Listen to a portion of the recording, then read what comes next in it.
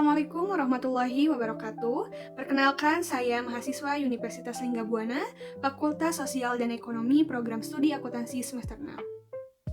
Video ini dibuat dalam rangka memenuhi mata kuliah Manajemen Pemasaran yang diampu oleh Bapak Rizal Zailani. Pada kesempatan ini, saya dari kelompok 6 akan mempresentasikan materi mengenai segmen pasar dan target pasar. Sebelumnya, perkenalkan nama saya Resa Gista dengan NIM 1012300049 yang akan memandu perjalanan presentasi pada video ini. Selanjutnya, mari kita simak pemaparan materi berikutnya. Pendahuluan mengapa segmentasi dan target pasar penting. Segmentasi dan target pasar adalah dua fondasi strategi pemasaran modern dengan membagi pasar menjadi kelompok-kelompok pelanggan yang homogen berdasarkan kebutuhan, perilaku, atau karakteristik. Perusahaan mampu merancang produk, pesanan, dan saluran distribusi yang lebih tepat sasaran. Pendekatan ini mengurangi pemborosan sumber daya, meningkatkan referensi komunikasi, dan mempercepat pencapaian tujuan bisnis, mulai dari peningkatan pasar hingga royalitas pelanggan jangka panjang. Selanjutnya, pengertian segmentasi dan target pasar. Segmentasi dibagi menjadi segmentasi pasar, target pasar, dan positioning untuk menempatkan produk di benak konsumen agar lebih efektif dalam pemasaran. Dibagi menjadi 3, yaitu pertama, segmentasi pasar, mengidentifikasi kelompok pelanggan dengan kesamaan, yaitu demografis, psikografis, perilaku, dan geografis. Kedua, target pasar, yaitu pemilihan satu atau beberapa segmen untuk difokuskan dengan strategi produk, harga, distribusi, dan promosi yang disesuaikan. Ketiga, yaitu positioning, menetapkan citra produk di benak segmen yang dituju agar lebih relevan. Selanjutnya yaitu tujuan dan manfaat segmentasi pasar. Menurut Ciptono dan Chandra pada 2017, tujuan utama segmentasi adalah mengidentifikasi kelompok dengan kebutuhan spesifik yang dapat dipenuhi oleh produk tertentu. Manfaat praktis dibagi menjadi 4. Pertama yaitu strategi pemasaran lebih tepat sasaran dan hemat biaya. Kedua, peningkatan efektivitas komunikasi dan pesan yang relevan. Ketiga, yaitu pengembangan produk yang lebih sesuai kebutuhan segmen. Keempat, peningkatan retensi dan nilai seumur hidup pelanggan. Selanjutnya yaitu dasar segmentasi pasar.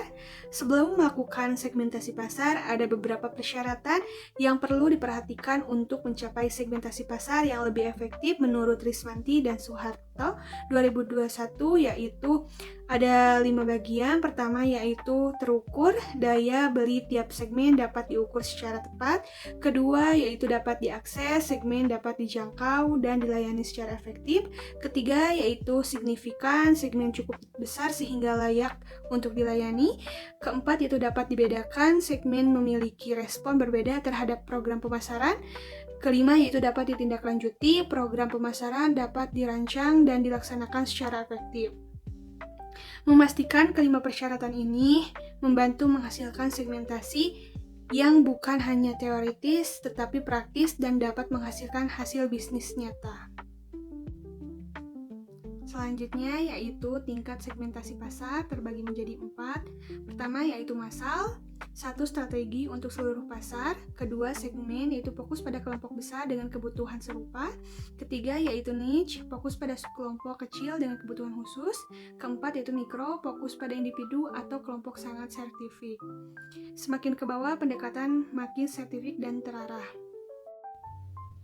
Selanjutnya yaitu jenis-jenis segmentasi pasar terbagi menjadi 4. Pertama yaitu segmentasi demografis berdasarkan usia, gender, pekerjaan, pendidikan, dan status pernikahan. Kedua yaitu segmentasi geografis berdasarkan lokasi, kota, wilayah, dan kondisi iklim. Ketiga yaitu segmentasi psikografis yaitu berdasarkan gaya hidup, nilai, minat, dan kepribadian. Keempat yaitu segmentasi perilaku berdasarkan kebiasaan, manfaat dicari, loyalitas, dan frekuensi penggunaan. Selanjutnya yaitu penargetan pasar atau targeting, terbagi menjadi 5. Pertama yaitu segmentasi pasar, membagi pasar menjadi kelompok berdasarkan ciri-ciri utama konsumen.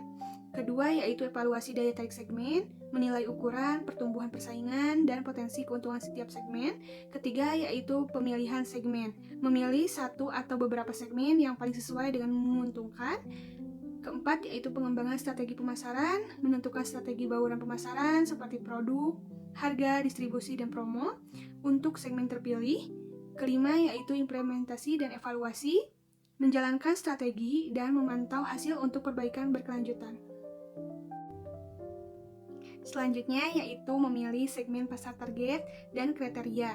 Pertama yaitu jelas dan berbeda. Segmen memiliki karakteristik yang unik dan berbeda. Kedua, dapat ditindaklanjuti, strategi dan tindakan dapat dirancang dan dijalankan. Ketiga yaitu terukur, ukuran segmen, potensi dan perilaku dapat diukur.